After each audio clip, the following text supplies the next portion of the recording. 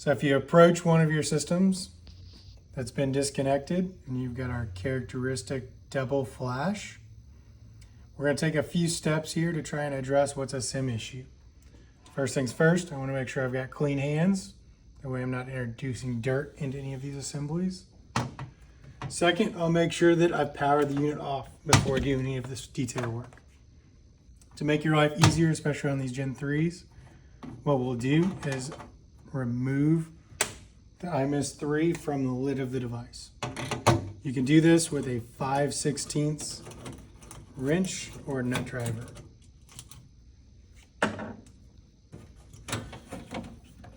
Once I have the device loose, you'll see it's still discharging. We'll wait for the device to be completely powered off. With our iMist3 device now loose and powered off, we'll remove the cover here to reveal our circuit board and the SIM card that we're after.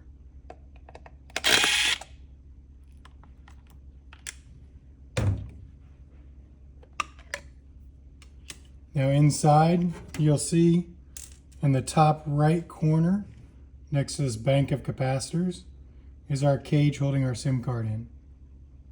Now this cage is very thin metal, so you want to gently slide it to the left. It should then lift up, and I can remove our problematic SIM card.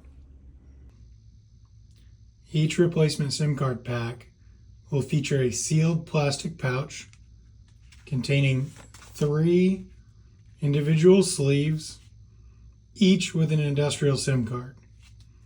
You'll need to take each of these sleeves and individually open the sleeve.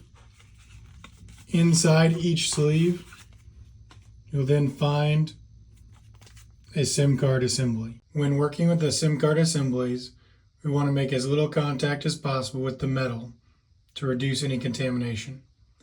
To remove these, the easiest way we've found is to gently flex the plastic, popping that small SIM card loose. With the cage still open, I will grab my replacement SIM card, one of our new industrial SIMs, making sure that the notch in the top right corner aligns with the notch in the cage. Helps to lay this a little bit flat so you can set the card in there, making sure it's properly aligned. Gently flip the cage down and then press and slide to the right.